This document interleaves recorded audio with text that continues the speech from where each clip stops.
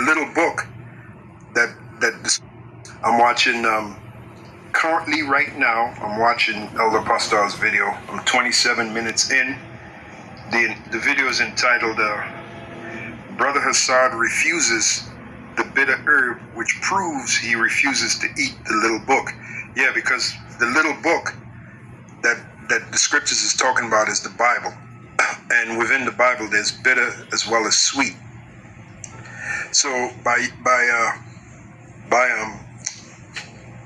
Brother Hassad saying that he's not going to eat the bitter herbs, basically that's, or tacitly, right? That's a good word. Tacitly, he's admitting he's not going to deal with the bitterness of the scriptures. Shalom. Shalom. First, I'd like to begin this lesson by giving all praises, all honor, and all glory to H.O.B, H.O.B. I double honor to the apostles of great millstone that rule well. Blessed citation to the sincere and pushing with the sincerity and truth. So shalom to you. Alright, this is Howard here. Here to do a quick edification, a quick video, I should say. Hopefully it will be edifying, and as El Apostle Gaba rightfully said, the bitter herb not only represents the bitterness of the scripture, but back then when the Lord gave us that bitter herb to eat, coming out of the time of Egypt, that represented the hardship, the slavery that we went through as a people. And he said, do this as a remembrance, right? And we also perform this as an annual thing in remembrance, because the scripture also said we are at this day in our captivity, and I'll get at. In the book of Baruch,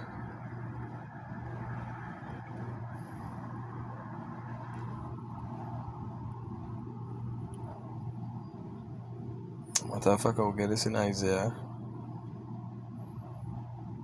chapter 14 and verse 8.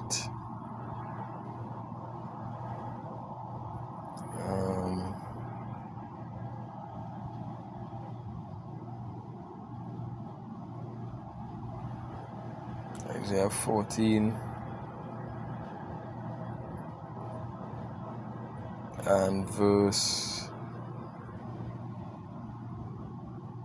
see, right, and verse 3 says, "And it shall come to pass in that day that Yahweh shall give thee rest from thy sorrows and from thy fear and from thy hard bondage wherein thou was made to serve." So, and this really and truly speaking about the new kingdom, right? Speaking about the kingdom to come, because we're gonna get rest from the hard bondage that we're in right now. We are in bondage. Alright? So that bitter herb represents that bondage that we still under. Right? It represents also the scriptures, the bitterness of the scriptures, as the Apostle Lagaba rightfully said. One in Baruch.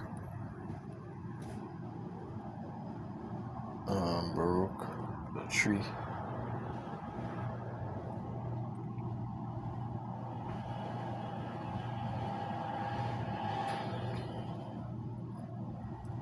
And verse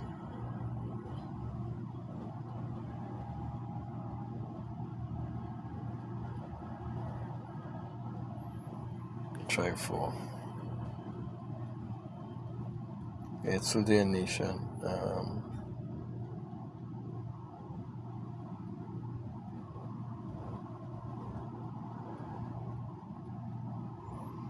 Baruch 3 and 8. It says, it says, "Behold, we are yet this day in our captivity, where thou hast scattered us for reproach, for a curse, and to be subjected to paybacks." Right? And when you think about the kind of tax you have to pay in this kingdom, it goes to show that we are yet this day in our captivity. Right?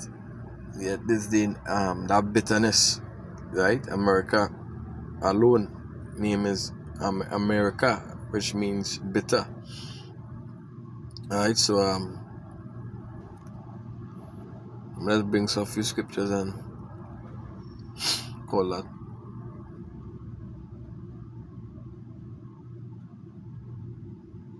Jeremiah chapter 15 and verse 15, it says, O Yahweh, thou knowest, remember me and visit me and revenge me of my persecutors.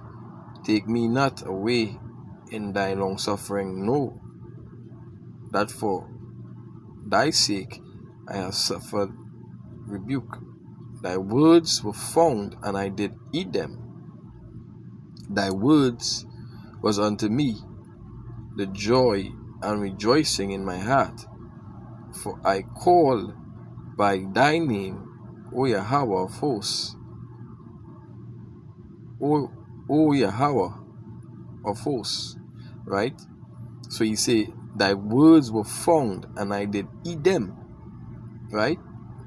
So I'm gonna jump to the next scripture here now. I think it's in the book of Revelation. I think I'm supposed to have it here. Highlight. Revelation chapter 10. Start from verse 7. Revelation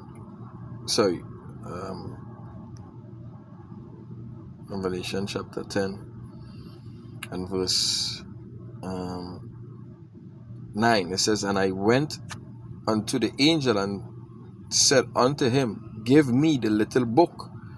And he said unto me, Take it and eat it up, and it shall make thy belly bitter, but it shall be in thy mouth sweet as honey. Right? Because the words that comes out, as a learned man in this truth, the words come out sweet, right? But it also, the bitterness is in your belly, right?